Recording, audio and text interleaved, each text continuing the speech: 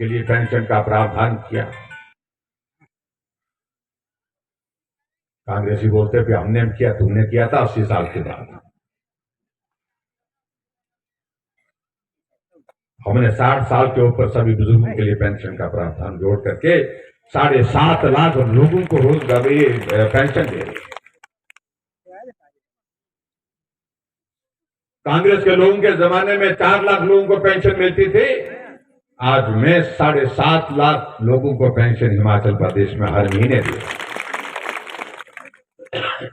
और उनके जमाने में 400 करोड़ रुपए खर्च होते थे पेंशन पर, और हमारी सरकार में 1300 करोड़ रुपए पेंशन पर खर्च हो रहे।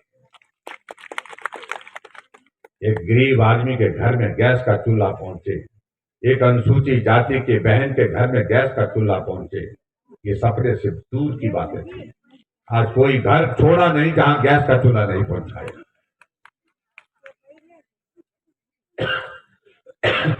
गरीब आदमी के इलाज के लिए हमने आयुष्मान भारत के साथ हिमकेयर की शुरुआत की।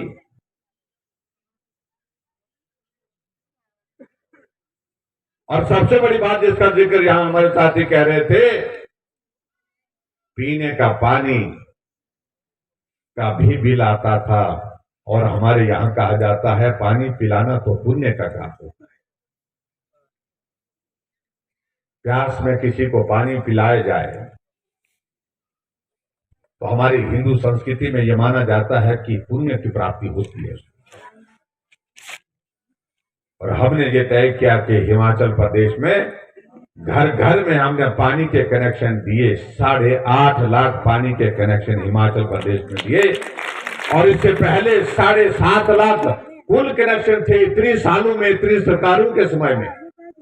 8.5 लाख से ज्यादा 8,65,000 पानी के कनेक्शन हमारी सरकार ने 3 साल के कार्यकाल में ही दिए और बिल 0 कर दिया, बिना पैसे के पानी। कांग्रेस लंबे समय तक सत्ता में रही, कर सकती थी, लेकिन करने की मंशा नहीं थी। हमारी माताएं बहनें काम के लिए जाती हैं, आती हैं, घर से दूर भी जाती हैं।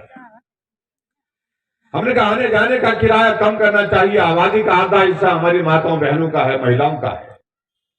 हमने तय किया किराया आधा करेंगे, आधे किराए के साथ माताएं बहनें चल रही हैं। आज इस बात को भी मैं कहना चाहता हूं कांग्रेस के मित्रों को, तुम सत्ता में एक बार नहीं अनेक बार रहे, लेकिन उसके बावजूद भी आप लोगों ने कभी सोचा कि हमारी माताओं बहनों के लिए आने जाने के लिए कठिनाई हो रही है, उनके लिए हमको जो है किराया कम करना चाहिए। हमने गरीब बेटी की शादी के लिए, जो बीपीएल परिवार की बेटी है, जिस बेटी की शादी जिस दिन होगी उस बेटी के लिए हम 31,000 रुपए शगुन योजना के दे रहे हैं। और उसमें अधिकांश बेटियां मेरे अनुसूचित परिवार से है, अनुसूचित जाति से है, अनुसूचित जनजाति से है।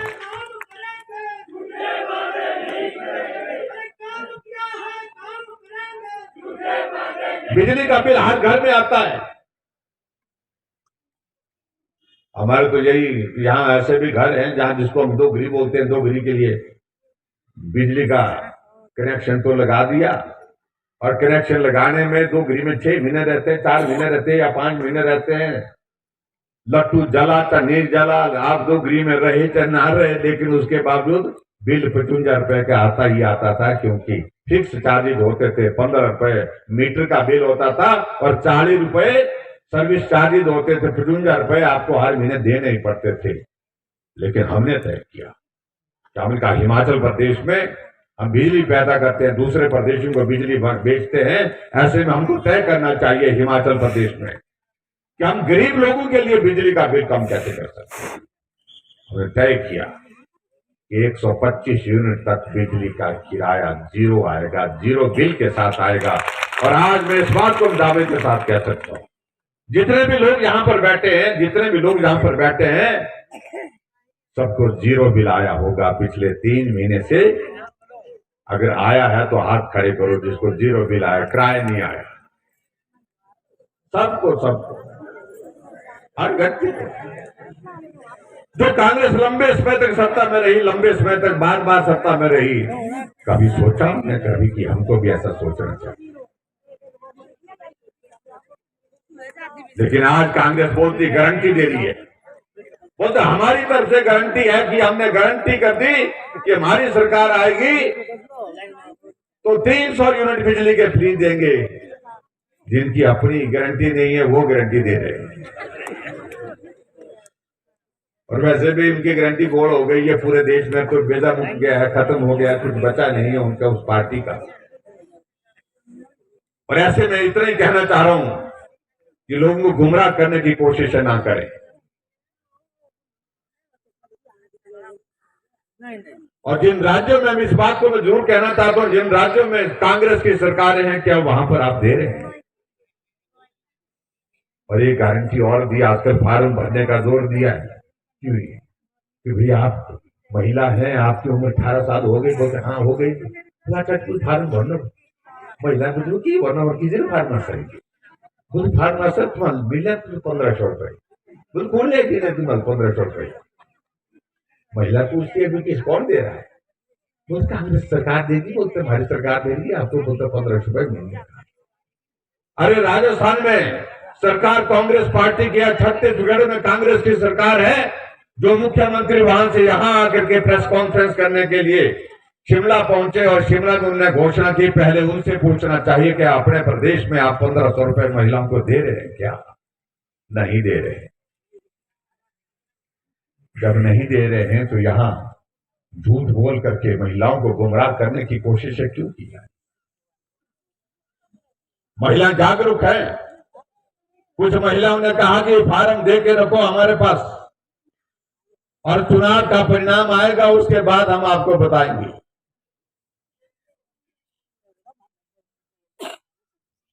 बहुत सारी बातों का जिक्र करेंगे, मुझे लगता है कि वो लंबा समय जाएगा, लेकिन हमारे सामने भाई और बहनों इस बात की अलग तरह की स्थिति है। वो स्थिति इसलिए अलग तरह की है कि आज तक के हमारे सराज विधानसभा क्षेत्र के चुनाव की दृष्टि से इतिहास में पहली बार आपका प्रत्याशी हूं मैं, भारतीय जनता पार्टी की ओर से यहां आप सबके बीच में प्रत्याशी हूं, लेकिन प्रत्याशी के साथ साथ मैं प्रदेश का मुख्यमंत्री भी हूं। एक मुख्यमंत्री हो करके, प्रत्याशी हो करके आप सबके बीच में ये पहला मेरा जीवन का अनुभव है जब मैं आप सबसे आशीर्वाद मांगने के लिए सराज विधानसभा क्षेत्र की जनता के साथ।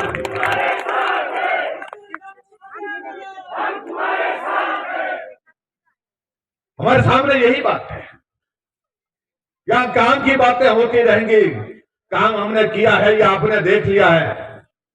और ये भी मैं कहना चाहता हूं कि आपकी 5 वर्ष के कार्यकाल में मेरे मन में एक था कि मैं सराज का नक्शा बदल करके रखूं, और हमने वो बदल करके रखी है। जो चीजें 50 वर्ष तक होने वाली नहीं थी, जिन बातों को लेकर के हम 50 वर्ष तक कल्पना नहीं कर सकते थे, वो चीजें आज सराज विधानसभा क्षेत्र के अंतर्गत आपको अपने आंगन में, घर गांव में देखने को मिलती है।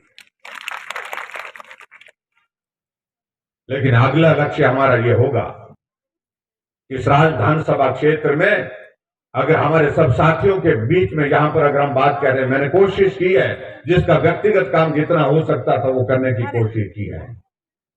लेकिन आने वाले समय में अगर मेरा इस कार्यकाल में व्यक्तिगत काम करने में कुछ कमी रह गई है, क्योंकि प्रदेश का जिम्मेवारी भी पहली बार थी, उसके साथ साथ में जनरल डेवलपमेंट पे मैंने फोकस किया, ज्यादा तरजीह, ज्यादा ध्यान दिया।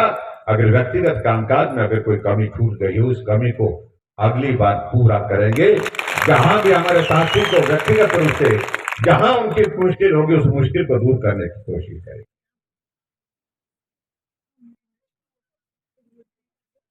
ये मैं आपके बीच में कहना चाह रहा हूं। और बाकी बात को लेकर के मुझे आप सबसे ये भी कहना है, पार्टियां होंगी, चुनाव लड़ेंगी, हम शुरुआत नहीं करेंगे किसी के खिलाफ बोलने की। और मेरे यहां पर सारे पार्टी के हमारा जो नेतृत्व बैठा है, उनसे भी इस बात के लिए, हमारे सराज विधानसभा क्षेत्र के सब साथियों से मेरा इस बात के लिए आग्रह है, ये चुनाव अलग तरह का है। हम व्यक्तिगत रूप से सराज विधानसभा क्षेत्र में किसी नेता के खिलाफ नहीं बोले, और मैं उम्मीद करता हूं कि वहां से वो लोग भी नहीं बोले। हम लोकतंत्र के उच्च परंपराओं का जो है हम सम्मान करते हुए इस चुनाव को लड़ेंगे। और मुझे पूरा भरोसा है कि हमारे विपक्ष के साथी भी उन परंपराओं का सम्मान करेंगे। जहां काम की कमी रह गई उस बात को कह सकते हैं, अपने सरकार की अपनी योजनाओं का जिक्र करने के लिए आप स्वतंत्र होकर के आपको वो कहना ही है। लेकिन मैं इतना जरूर कह रहा हूं कि हमको सराज विधानसभा क्षेत्र में भाईचारे के नाते इस सारी चीज को जो है आगे पूरा करना है, इस चुनाव की कैंपेन को पूरा करना है, ताकि हम एक हो करके मिल करके सराज विधानसभा क्षेत्र के विकास के रास्ते जो है आने वाले समय में तेजी से बढ़ा सके, खोल सके, इसके लिए प्रयत्न करें। बाकी बातें कहने की समझाने की आवश्यकता नहीं। एक वक्त होता था जब हमको छोटी छोटी बातों को लेकर के समझाना पड़ता था। हमने जो 2 लाख की योजना अगर कहीं किसी गांव में दी होती तब भी हम बोलते थे गांव में जाकर के ये 2 लाख रुपए हमने दिया, ये 50,000 रुपये हमने इस काम के लिए दिया, इसका लिए। आज वो स्थिति नहीं है। हाँ, मेरा आप सबसे निवेदन है कि जहां आप सराज विधानसभा क्षेत्र के अंतर्गत गांव गांव में जब जाएंगे, उस गांव में किए हुए कार्य, उस इलाके में किए हुए कार्य का जिक्र जरूर करें। और इसके साथ साथ में ये भी मैं जरूर कहूंगा कि आप एक बात को सुनिश्चित करें, जहां कमियां रह गई हैं उनको भी जरूर नोट करके लाएं, ताकि आने वाले समय में जो काम छूट गए हैं उन काम की शुरुआत हम सरकार बनने के बाद तुरंत कर सके। ये मेरा आप सबसे निवेदन।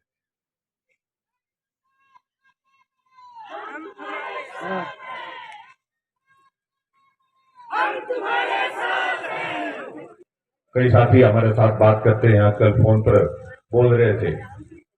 एक साथी ने हमको फोन किया, दूसरा एक गल करनी, मैं कहूँ क्या क्या बात करनी बताओ। दूसरे ना हो सकते, सर्वसम्मति नहीं हो सकते। दिल की बोली बुला लो, राची सोचता हूँ की हो किसी इलेक्शन लड़ना, मुझे नहीं लड़ना चाहिए। मुख्यमंत्री मिलू आम अब उसने अपनी भावना व्यक्त की, सच्ची बात कही। उसने कहा कि भाई मुख्यमंत्री मिला है तो सर्वसम्मति करनी चाहिए। मैंने कहा सर्वसम्मति आप कर सकते तो कर लो यार, मैं भी चाहता हूँ। मुझे है कट्ठा काम भी आजकल ना बांट का इलेक्शन होता है, नहीं होती हमारे सर्वसम्मति बोलो ये तो बड्डा लग गया सब। तो मैं वो छाड़ रहा है, मैं लड़ करके ही जीतेंगे, चल मानने दे। अपनी भावना व्यक्त की कि भाई उनके मन में भाव आया कि जब इतना बड़ा सम्मान मिला है, इतना बड़ी पहचान और इतना बड़ा स्थान मिला है कि दूसरी पार्टी वालों से बात करनी चाहिए। बोलता हमको कि यार छाड़ा बेकार छाड़ा। लेकिन लोकतंत्र है, सब चुनाव लड़ेंगे भाई, लड़ने का अधिकार है। पार्टी में तो पार्टी से तो लड़ना ही है, लेकिन पार्टी के बिना भी कई लोग लड़ना चाहते हैं, उसको भी रोक नहीं सकते।